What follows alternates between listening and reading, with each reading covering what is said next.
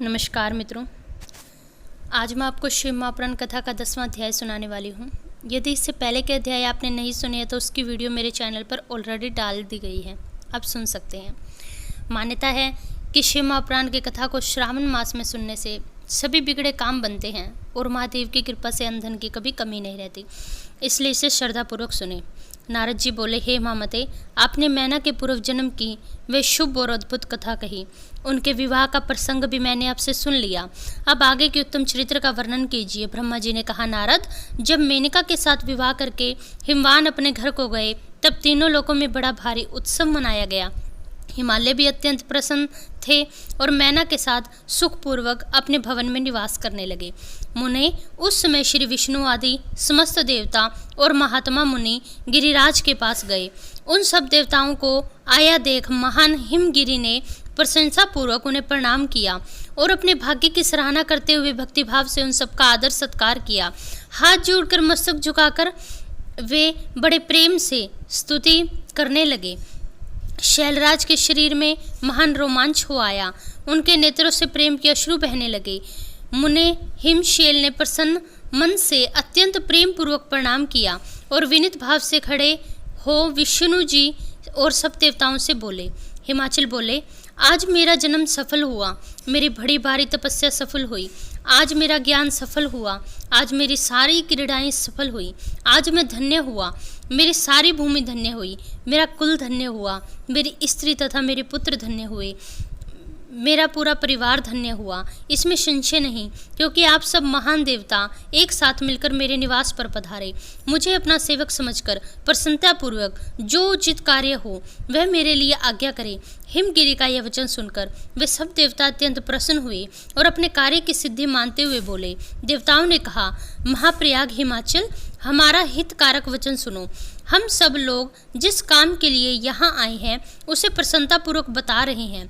गिरिराज, पहले जो जगदम्बा उमा दक्ष कन्या सती के रूप में प्रकट हुई थी और रुद्रपल्ली होकर सुदीर्घ काल तक इस भूतल पर क्रीड़ा करती रही, वे ही अंबिका सती अपने पिता से अनादर पाकर अपनी प्रतिज्ञा का स्मरण करते हुए यज्ञ में शरीर त्याग कर अपने परम धाम को पधार गई।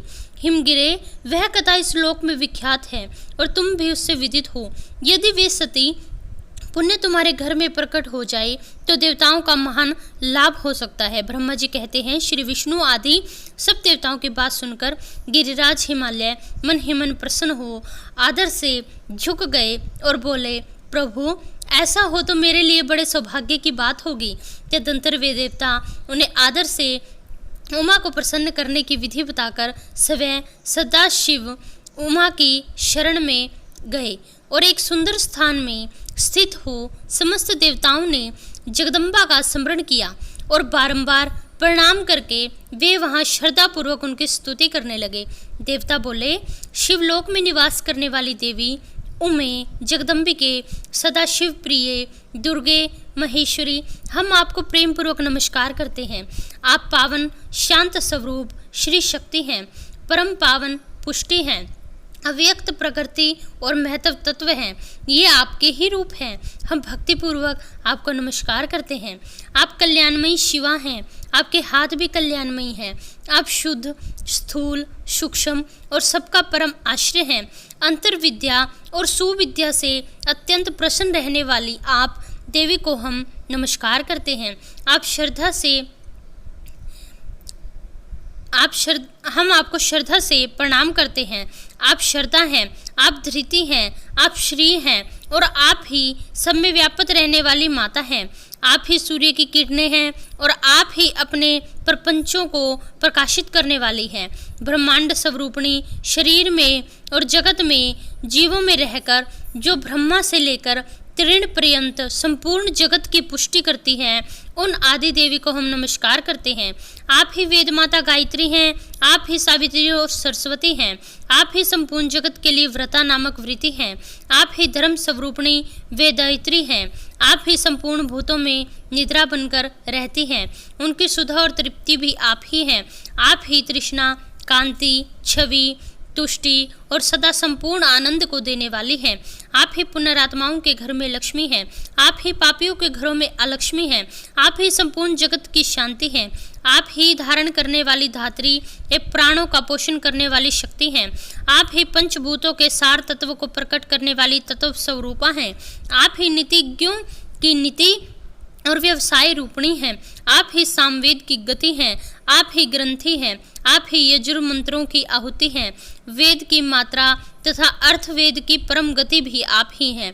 जो प्राणियों के नाक, कान, नेत्र, मुख, भुजा, वक्ष स्थल और हृदय में धृति रूप से स्थित हैं, वह भी आप ही हैं।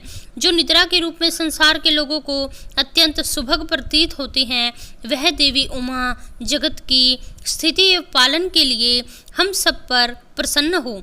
इस प्रकार जगत जननी सती साध्वी महेश्वरी उमा की स्तुति करके अपने हृदय में विशुद्ध प्रेम लिए सब देवता उनके दर्शन की अभिलाषा से वहीं खड़े रहे। इससे आगे की कथा अगले अध्याय में मैं आपको सुनाऊंगी कि देवताओं को कैसे जगत जननी माता उमा से वरदान प्राप्त हुआ और वह हिमालय के घर पुत्री रूप में जन्मी। इन कथाओं को सुनकर भगवान महादेव के प्रति अपार श्रद्धा बढ़ जाती है और श्रावण मास में तो यह शिव पुराण अत्यंत ही दुर्लभ है। यदि आप इसे मन से सुनते हैं तो महादेव आपकी हर कामना अवश्य ही पूरी करेंगे। यदि आपको ये वीडियो पसंद आए तो मेरे चैनल को सब्सक्राइब करें और वीडियो को लाइक करें। हंसते रहें, मुस्कुराते रहें और अपने परिवार वालों का ध्यान रखें। धन्यवाद। हर हर महादेव।